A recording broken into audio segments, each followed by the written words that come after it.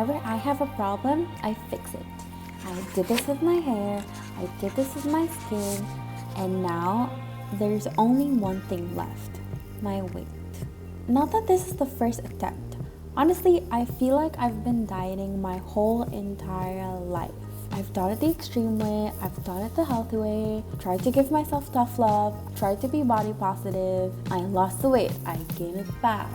I thought I was fat, and then I found out I could be bigger. I was always looking at my old pictures, regretful that I couldn't see how beautiful I already was in the present moment. So let's do this together. Welcome to Kind and Forgiving Weight Loss with Francesca.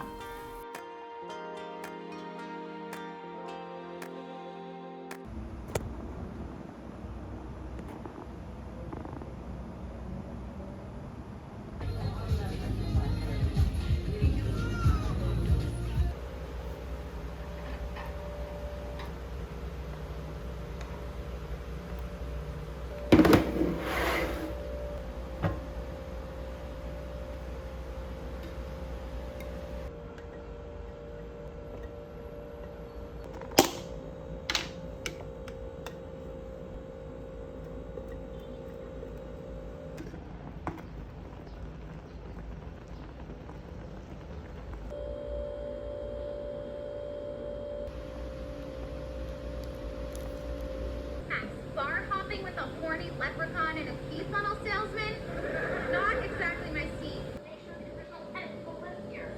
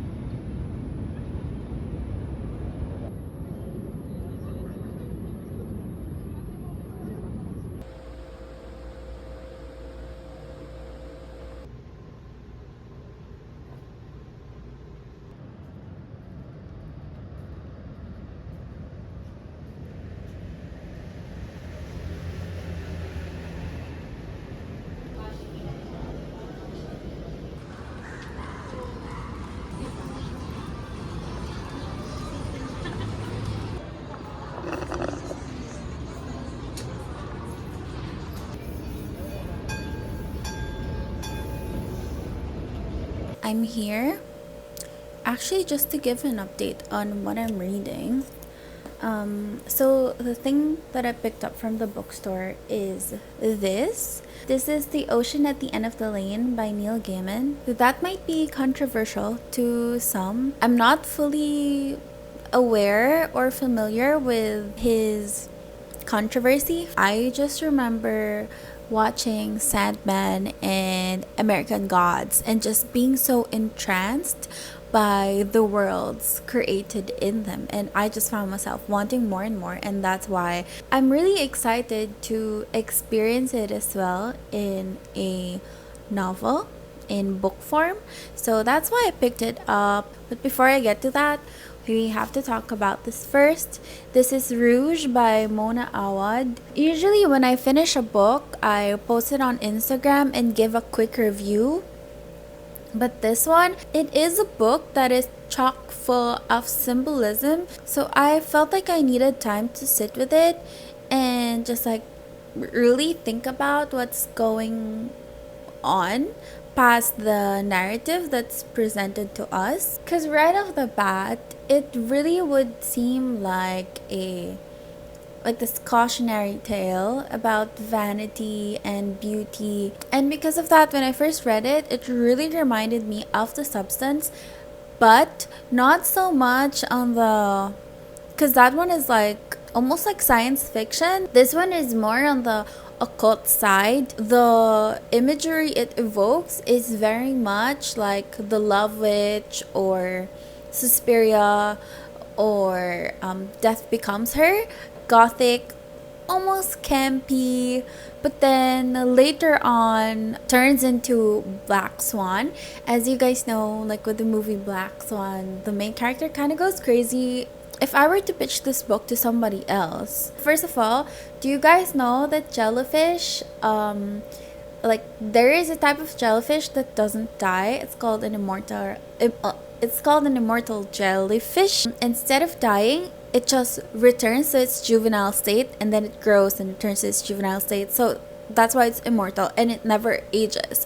So it doesn't come as a surprise if one of these days we see like a serum or cream derived from these jellyfish. So now what if you get your hands on one of those and it's working not because of the jellyfish, but because it's someone's soul. So, for context, jellyfish in other cultures is also associated with one's soul, the afterlife. So, it really plays a lot with those things. Kind of poses the question, what's the price you're willing to pay in exchange for those lines on your face, pores disappearing? So, something like that. And also a lot of the mother-daughter relationship. Also a lot of like Egyptian mythology, I think. It's good. It's okay. I would probably give it like a 7.5 out of 10 or like an 8 out of 10.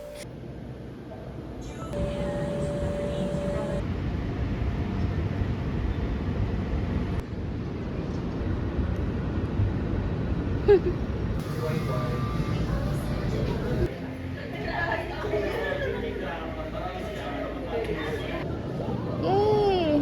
What is this? Salted caramel. Yeah. Okay.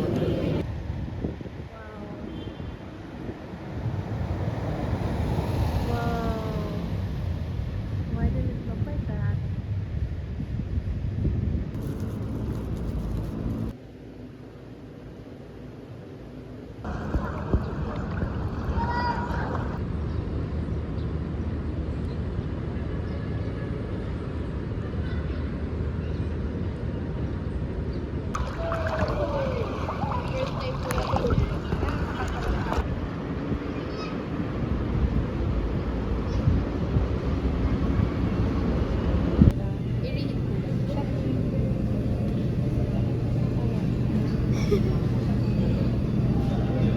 Yung picture na nasa end, dapat yung kape mo. Let's taste test. Yung kape niya.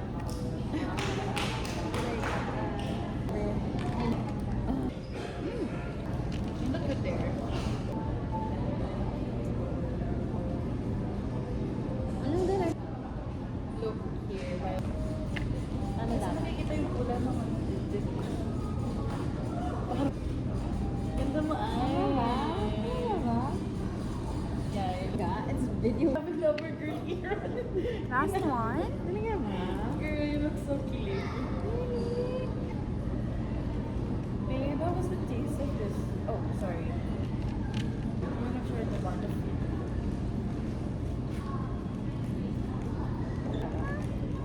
Yeah, I'll just eat this and then I'll keep these two for tomorrow. Hi girls. It's time again for our end of the week review and I have quite a bunch of things to say. But first of all, I'm happy to report that my step count is steadily increasing. I'm walking more and more.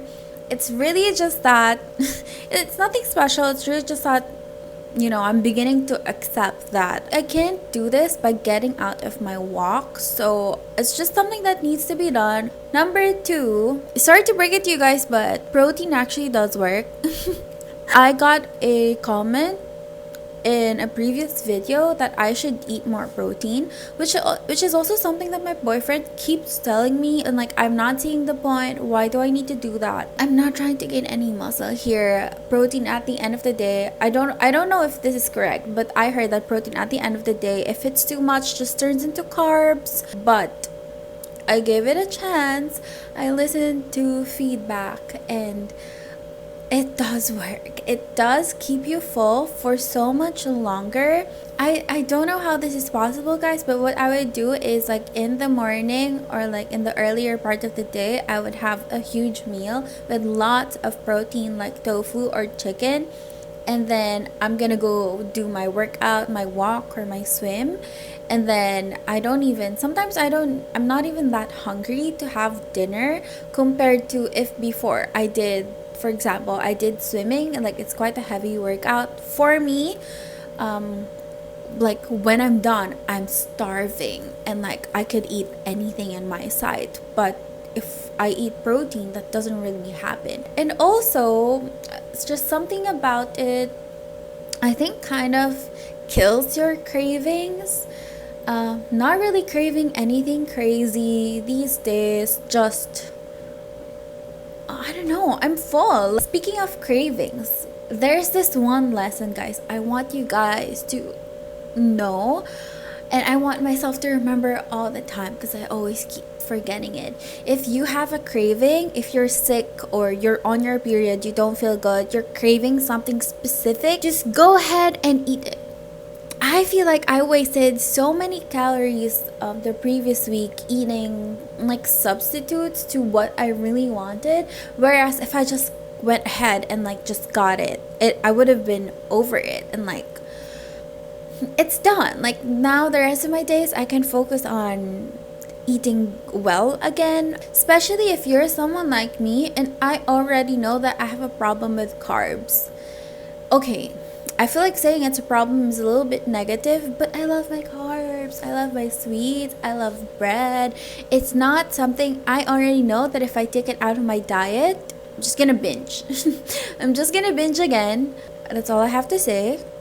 And obviously, we'll be taking all of these lessons and incorporating it into the next weeks, which I will see you guys on